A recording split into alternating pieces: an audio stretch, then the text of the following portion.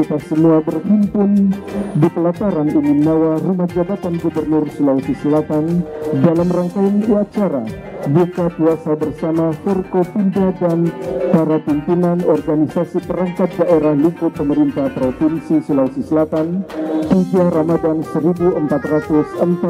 Hijriah.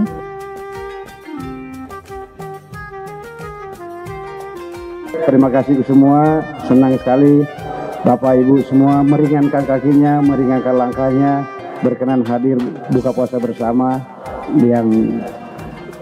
pada intinya adalah memperkuat hubungan silaturahim dan bentuk ketundukan kita kepada Tuhan Maha Kuasa, Sang Khalik yang mengatur kita semesta alam dan manusia.